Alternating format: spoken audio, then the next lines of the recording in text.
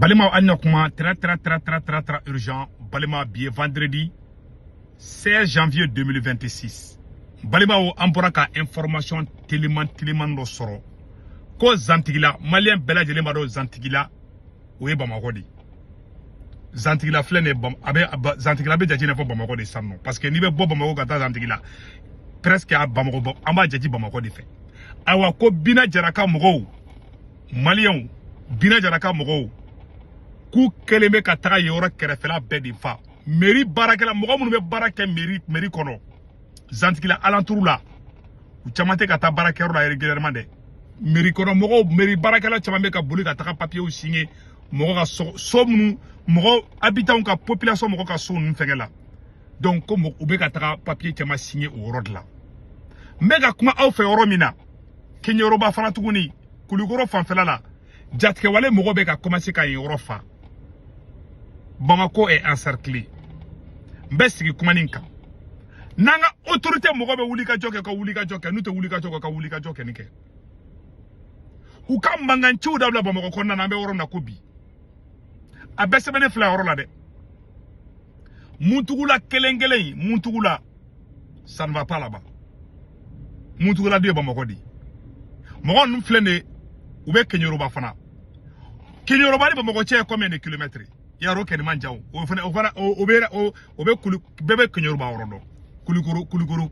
région fanfela la o de kulikoro rebe jati Bamako de fe ni ene re ngininga parce que o betu le menyokona donc ka fo o nyina be orom na ko bi e ali kenyoruba moko chamambe no u ka fonctionnaire chamambe o chamambe ka commencer ka fenga bla muntugula bla apporter d'uniforme chamambe be ka ta so ngini Bamako kono bi chamambe ka commencer ka srap parce que ni mi faratini tara mairie kono bina daraka mogo bi soro de awa surasi chama surasi febebe nuka foro be Bamako kerefela a chama uka foro bla donc comment ça ko ka foro fana feri bon situation me oro mina ko bi mba fo mali autorité mogo na be sigaka na ma wurika joke dondo be kala ka bob bako jigoro ni kibe taga jelibugula ube kata lafia bugu avec gele amoko do buru de ka batke kibe ta ba fando ife na man korosi dondo lo bebe na gele ambulu ka fo onyina ni ay ambina ni fembe kono malien un pays corrompu jamana ko corruption ba kono o jamana keleti bande ma qualité flabé nolu yera jamana ere ni ma orla o jamana tetanya fe zone ani janfanti c'est-à-dire que Mohamed son corruption ma ani Mohamed janfake wallahi billahi no kera jamana fin ka mais amena vidéo spéciale ko la ma antena kumola pifo ka fo onyena insécurité a conséquence folo e jumengi ni majugu mun fleni ube ka yela moto la ali kai anyuka vidéo do yela ube kai enfant fe ou boneme kai ou boneme segu ou boneme mokti awa aranga jikan kuru munu be bolu be ka commencer ko be menacer bi insécurité be fambe Bamako bi malika nga solution jumene kebi Allah malika nga solution jumene malika nga solution jumene kebi ma fo bela jelengena solution folo we ka jamano de fara nyogon kan wala simi kelentisi lebe ka kuma fo chama be ka kayele koyi wallahi na ma fara nyogon kan me mali me klana na man bolo ni nyogon ma billahi mali be ke Somalie mali be ke Libye kada fi gera ita Libye la jabi Libye groupe armé o benika gouvernement mun sigilebe c'est-à-dire que benika groupe armé donc quoi benika zondo mali be ka kodi bi mais mali chama be sino ko temate ka famia wallahi mbe ka kuma informer ninga kashi billahi mbe ka kuma me ninga kashi wallahi ka mebe kali Bamako kali ali Bamako shew ka nyogo soko hali Bamako wulu manga se yogo makumati adama do mabi bi président kanga Michel Tabika malembe wole ay nanga bulu di nyogo ma wallahi nan turata abeju amogo flambe ka na ni ko karabi le premier qui va souffrir c'est le président Assimi Goïta ya ramadli kan kuma fode Aïta Marakaw ɲininka carte en fa fait bi. Kita dugu biduru ani wolofla o de bɛ wa kɛmɛ sara ka di jatigɛ wale mɔgɔw ma bi an y'o information ye. Aïta carte Lamidu mara dugu caman bɛ bi ala bire tara ka mɔgɔ bɛ kana aranforu bɛ ka bɔ Mauritanie kana aranforu bɛ ka bɔ Mali fan bɛɛ kana bi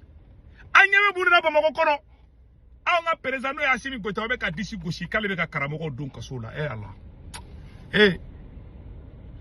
Fendombaliya ka jugu ay muntugula ye Bamakɔ de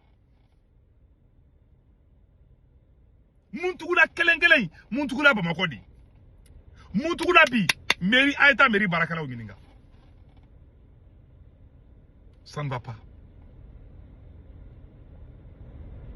kata montage nu kɛ bara bɛ mairie la montage tɛ dɛ c'est la réalité ni yɔrɔ bɛ suma kɔfɛ n'u bɛ taa mairie da yɛrɛ dɛ mais pour le moment mairie baarakɛla caman tɛ ka taa mairie la dɛ mairie baarakɛla nin tɛ ka taa mairie la dɛ a bɛ se ka kɛ ko bɛ nɔgɔya mairie baarakɛlaw bɛ taa c'est possible mais an bɛ yɔrɔ na bi mairie baarakɛla kelen tɛ ka taa mairie la bi u bɛɛ bɛ k'u dogo ka taa mɔgɔ ka sokɔnɔnaw de la bi jatigɛ bɛ nin ka adamadenw faga bi a tɛ sira e ka tenue don i kelen fɔlɔ i tun bɛ Mali surasiw ka tenue don i la ka moto ta ka moto boli Bamakɔ fo Segu mɔgɔ min bɛ tɛgɛrɛ fɛ mais bi a tɛ si la ka kɛ Mali an ka danga miro yɔrɔ la Mali bɛ ka kɛ Sudan de bi Mali bɛ ka kɛ Libye de bi Mali bɛ ka kɛ Somali de bi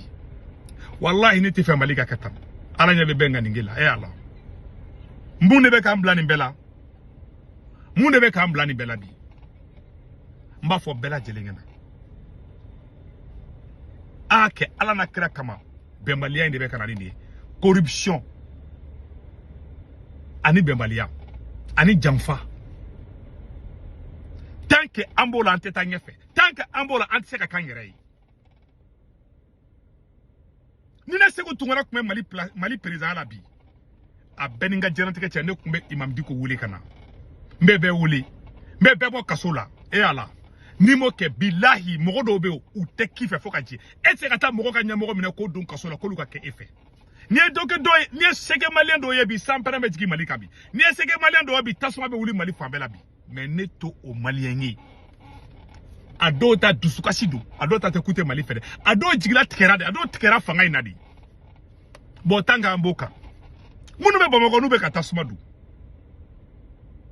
morikɛ min ko diɲɛ bɛ wuli a tɛ fɔ i n'i ka walaha kɔ ne Segu tɔgɔ bɔra kuma la info mɛ ne bolo k'a da o de ni maliden ɲuman maliden halala dɔ a ye wuli a ka Assimi gɛn ka bɔ yen sinon Mali bɛ wallahi an bɛ ka malo bɛ nin ka ne faga bi caman bɛ yɛlɛla Bamakɔ yɔrɔ caman t'a dɔn a ye taa Marakaw ɲininka Karitakaw ɲininka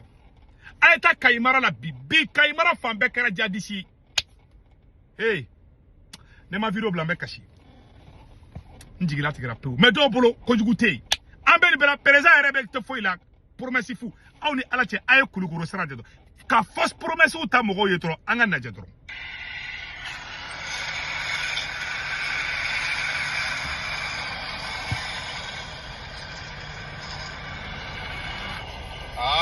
vraiment ni ko bɛ ka yan mɔgɔw tɔɔrɔ bi poussière don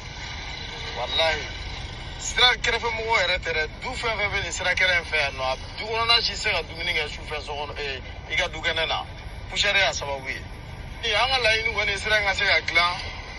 joona an bɛɛ lajɛlen ka lafiya b'o de la bon n'a sɔrɔ a tɛ ka se ka dilan fɛnɛ ko fo ko wɛrɛw b'a senkɔrɔ kuma bɛɛ u kana ji k'a kan pour que sigidala ka mɔgɔw ka se ka lafiya tɛnɛ a bɛ k'an sɛgɛn yɛrɛ de tɛnɛ n'a dilannen don o ka d'a ye a poussière bɛ k'an sɛgɛn yɛrɛ de vraiment an kɔni bɛ sira dawlen na vraiment an b'a ɲini jamana ɲɛmɔgɔw fɛ u ka fɛɛrɛ kɛ poussière ko in na tiɲɛ yɛrɛ la n'an degun ta ka bi an bɛ degun na wallahi an bɛ nin vidéo bila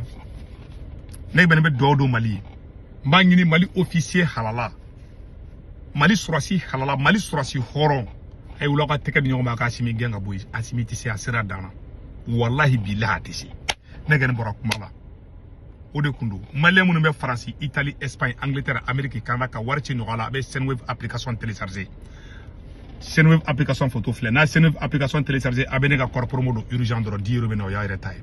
o kɔfɛ a b'a ka banque information bɛɛ don aw somɔgɔ bɛ Mali la Sénégal Côte d'Ivoire Cameroun a b'olu ka orange numéro ta olu tɔgɔ bɛ garantie kan n'a wari cun a b'a sɔrɔ orange money na sur place wari cogo fɔlɔ tɛ dɔrɔmɛ 1 sara wari cogo filanan tɛ dɔrɔmɛ 1 sara fo ka taga bada dɔrɔmɛ 1 aw ta sara o de kun don a kan bɛɛ